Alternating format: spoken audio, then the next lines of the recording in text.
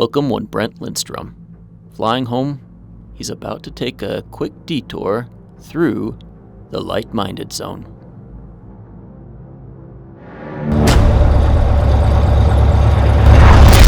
Ho, ho! Mayday, mayday! Aero 8184 Charlie, going down over the West Desert. My plane is unresponsive. Mayday, mayday. Is anybody out there?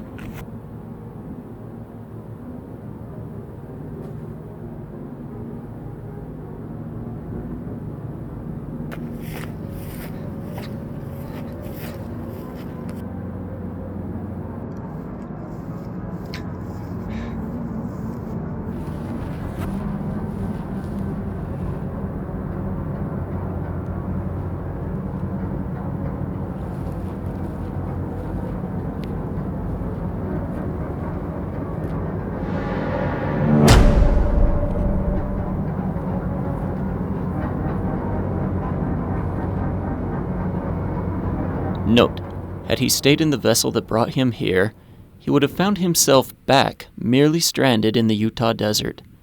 However, Brent is now a permanent resident of the LightMinded zone.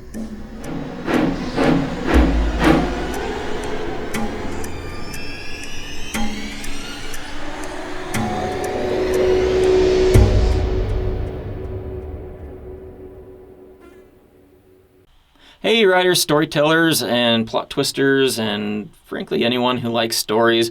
Welcome back to LightMinded Arts. I am Brent Lindstrom, and today we are diving into one of the most confusing concepts of storytelling beats.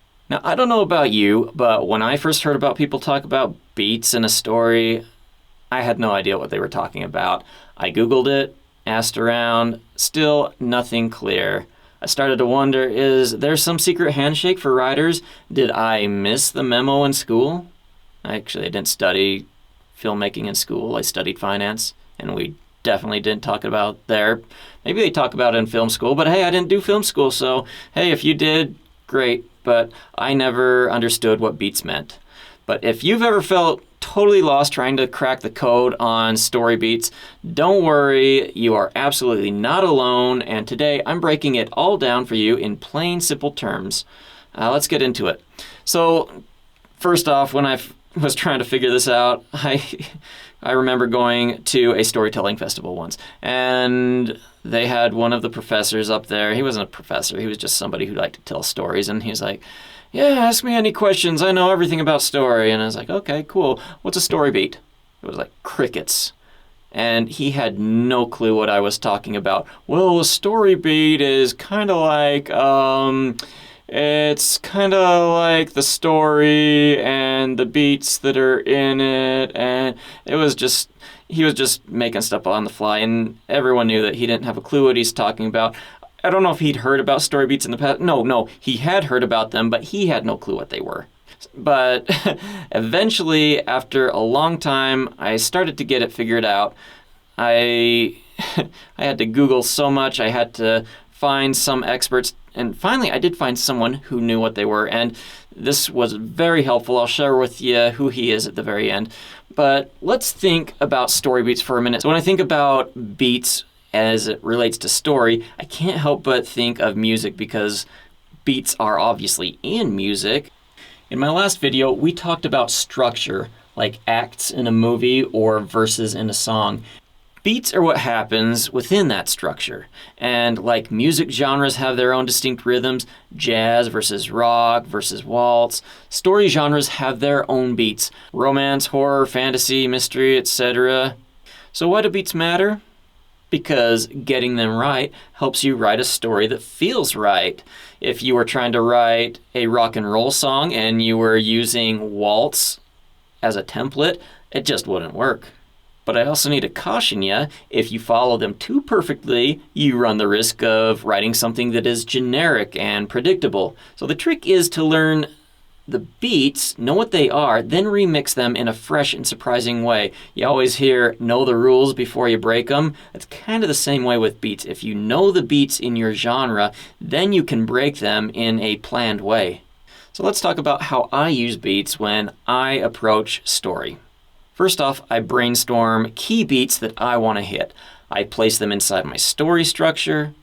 Then after writing, I review how well I followed them. I tweak either the beats or the story, sometimes both.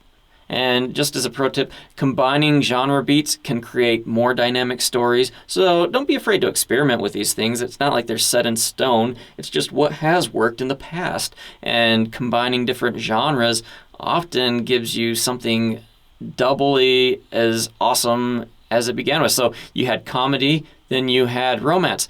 Put them together, what do you got? You've got romantic comedy, your general rom-com. In fact, let's break down a rom-com, and this is one that I feel like is successful. When you're breaking down movies, you really want to use something that's successful. You don't want to find the one that got a 3 on Rotten Tomatoes because it's not going to be all that good. Somebody tried to do a genre flick and they failed miserably at it. You want to find one that's pretty decent. So for this one, let's look at one called While You Were Sleeping. It's one that is successful. I know this because my wife makes me watch it every Christmas. FYI, probably going to be spoilers in this. So as we watch this movie, we're going to find Lucy. She is our protagonist. She is lonely. She's looking for love. She enters into a type of deception. She's pretending that she's engaged to Peter. Now, the next thing is we're going to discover the love interest, Jack, who is Peter's brother. Somehow, those two are going to end up together at the very end. We know this. It's not too hard to predict from the very get-go. Now, the first thing that has to happen is she needs to get pulled into his world. And then we also need to learn what Jack's needs are because he's an integral part of the story. And we learn that Jack really wants to break free from his father's shadow.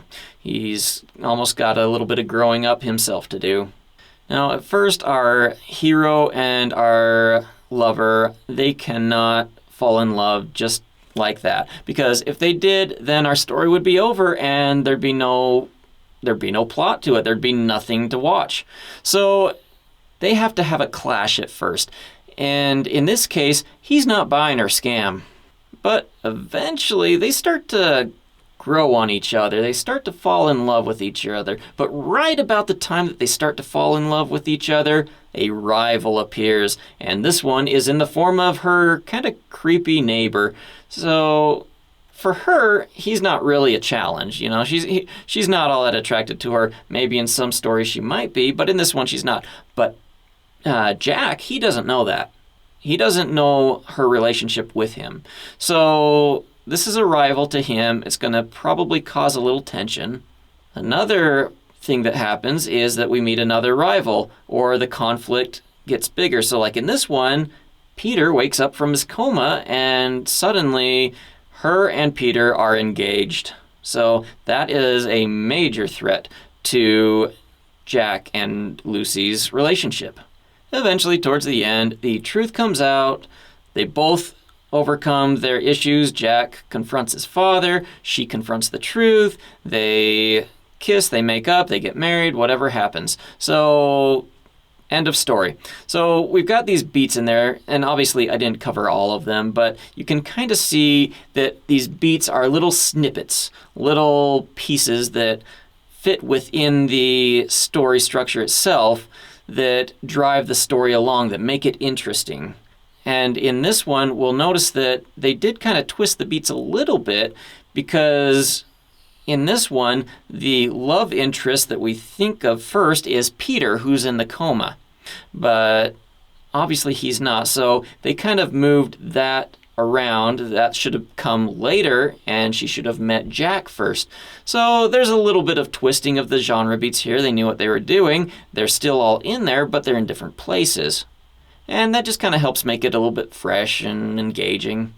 Now the thing is if you take these and you find another successful rom-com and you break that one down, you're probably going to find similar things. You're probably going to find the protagonist who has some kind of deception to get the guy or to get the girl, and then there's going to be some competition that comes in. There's going to be other things like this that happen, and you'll probably notice that a lot of the same beats happen in multiple in multiple stories across that same genre, at least in the successful ones. And they might just twist each beat just a hair, but they'll all be there. And that's why it's important to understand beats in your genre. So what you need to be doing is watching movies. You need to be reading books. You need to study either your favorite genre or the genre that you're writing in, so that you can understand how to actually write that successfully, how to twist those beats to make it interesting, and possibly how to combine that genre with another one, because that's really where the magic happens, is combining different genres together. What would comedy be by itself? What would romance be by itself? Put them together, got a rom-com, you made a new genre that people just absolutely love. Now, if you really want to go deeper into this, I highly recommend you check out John Truby at truby.com. His books, courses help me level up big time. I'm not sponsored by him. He has no clue who I am. But if you want to learn beats, he is the expert. Don't forget to like and subscribe, and I will see you next time.